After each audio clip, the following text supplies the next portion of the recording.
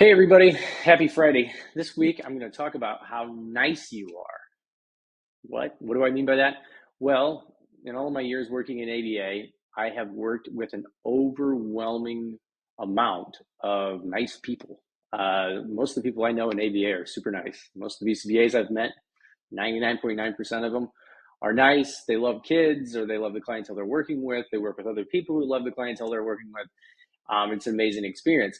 But one of the, I don't want to call it deficits, it might be a good problem to have of a nice person is they're often afraid of confrontation.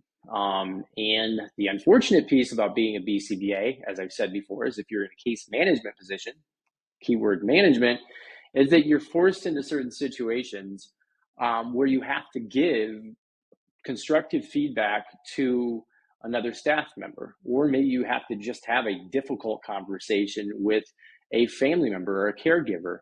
Who knows? Maybe it's a meeting at school. If you're somebody who, for the most part, isn't really cool with confrontation, which is most of us, that can be a daunting task to sit down and maybe have that constructive feedback conversation with that staff member that's struggling.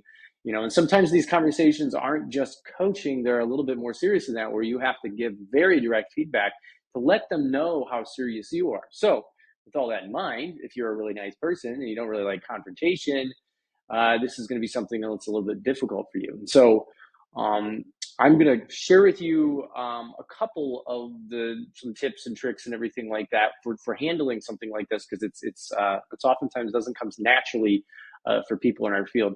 First and foremost, I think the important thing to remember about the word management is that maintenance is also in there. They come from the same root word of manual, which really means um, you have to manually check in with people and manually make sure that things are going well, and manually, unfortunately, give feedback to that person. Management is maintenance, and maintenance sometimes means you got to roll up your sleeves and do some of the dirty work yourself. And so sitting down and having that constructive feedback conversations can be hard to do.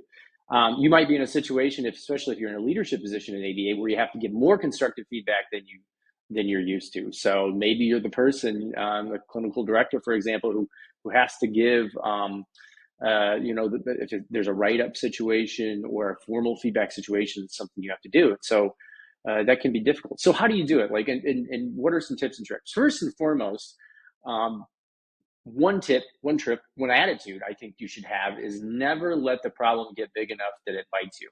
Now, sometimes there's going to be issues that rise with staff members, for example, where something goes wrong and you have to right away have a very serious conversation and you have to stop everything. But for the most part, problems with staff members, problems interpersonally, develop over time. And so the first thing you need to do is always be looking for where issues might be in the individuals or with the individuals or the cases or the caseload that you're responsible for. So don't avoid looking for problems. That's my first piece of advice. Be on the prowl. Spend some time each week, each day, going around, calling people up, maybe getting in front of them, asking if they have questions. If you've given them direct instructions in the past, ask more questions than necessary to make sure they understand it. Give them every opportunity to give you feedback. And that puts you in a spot where you can start to read problems right away, as opposed to them snowballing out of control. And then you have to come back around and have some kind of difficult, more formal conversation with them that can be very, very awkward and a lot more emotional maybe for that person. So the first piece of this is get used to walking around, whether you're in your center or making the phone calls, if you're managing cases that are in the home, and following up with your staff members on some kind of schedule to ensure they have the opportunity to tell you where they're seeing issues, and ensures you the opportunity to see where discrepancies might be coming from and address them as soon as you can. The other thing is develop an immunity to giving feedback. And the only way you develop an immunity is what? Through exposure. And that means, frankly, you got to get your trial rates up. Now, that doesn't mean you go out and find every problem, nitpick every staff member who falls short, but I think it should be an attitude that you challenge yourself to give that feedback as soon as you possibly can when you see an issue. When you're in the middle of a consultation with a client, for example, give yourself, and you see some kind of discrepancy, give that feedback right away. Work on giving it gently, or work on, if you need to, giving it firmly, so to make sure that the other staff member understands there's no lack of clarity in that regard. But you want to do it as quickly as you can. And the more feedback you give, and the more of an attitude you adopt of, look, I'm going to have to give feedback. I need to get used to this. The more of an immunity you develop to it, the more naturally it comes, the more you do it with your eyes closed. And that can be helpful too. Now, keep track of how you give feedback. Work with your supervisor and everything, because just giving more feedback might not necessarily be a good thing. I think you want to be somebody who gives quality feedback, and so you should be iterating on and developing that skill. But you should get your trial rates up. Do not avoid it. Get as much experience as you can in giving feedback. There's a possibility of watching somebody giving feedback, or another BCBA coaching an RBT or a staff member. Sit in with them and watch how they do it. Sit in with somebody who's experienced and watch how they handle maybe a difficult conversation if it's possible. Put yourself in situations where you develop a little bit of a strength and immunity to being in those situations, so they don't seem so awkward and unnatural.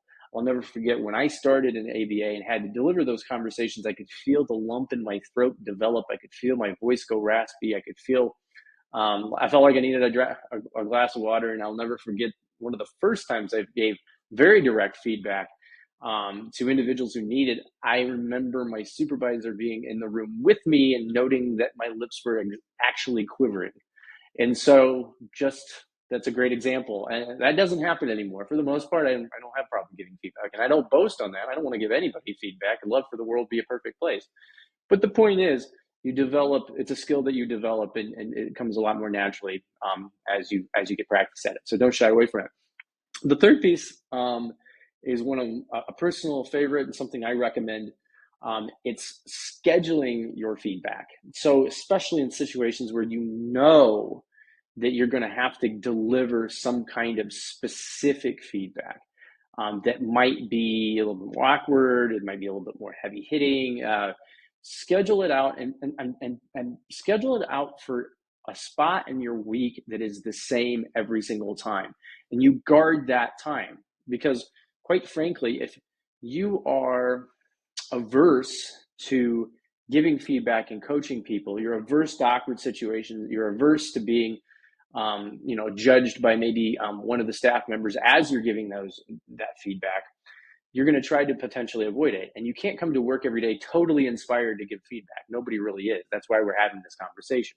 However, if you schedule that time in your week and guard that time and say, every week at this time, I'm going to give feedback to the individuals who need the feedback, and continue to follow that schedule, you'll naturally get used to it yourself.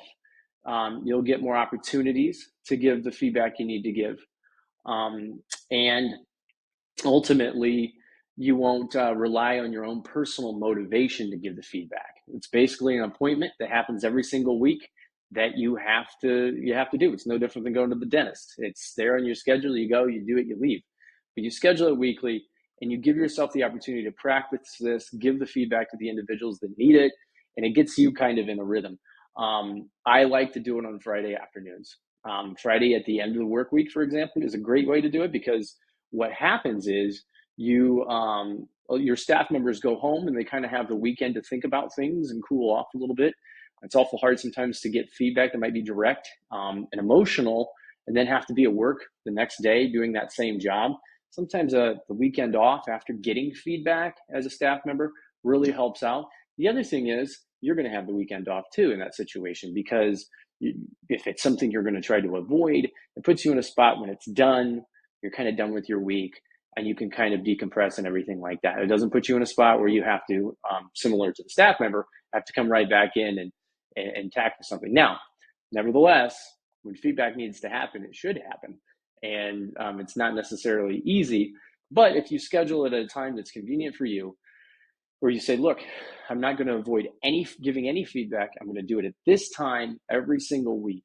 That can help you out. I'm a big proponent of scheduling out your problems. Can't really schedule out all your problems, but there's the unpleasantries of the things we have to do as managers, as case managers and everything like that. If we put them on the schedule and schedule them out and just reserve that time, we can kind of get ourselves ready for that time. And that way it's not hitting us out of nowhere.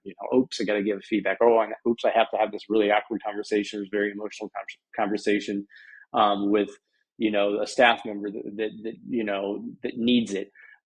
If that comes out of the blue, we're more likely to avoid it. But if we say on this time period, every single week, from 4 to 5 o'clock or whatever, I'm going to bring in the individuals that need feedback from me, and I'm going to give that feedback. That helps out a lot. So those are my tips basically for this week. I could talk for hours on this, but I want to make sure this is a digestible tidbit for you. Get back at me, give me some your favorite tips, some of your advice you would give a younger version of yourself if you're a more experienced BCBA, or anybody who you think is coming into the field. They're going to maybe struggle with giving some of that feedback. Offer some of your own tips and thoughts on this, even disagreements, in the comments below, and share this with a friend. This is a free newsletter. What makes the free newsletter free and allows it to continue to be free is that it gets shared with others and they subscribe. So the more you share this, the better. But highly appreciate your listening, and comment below.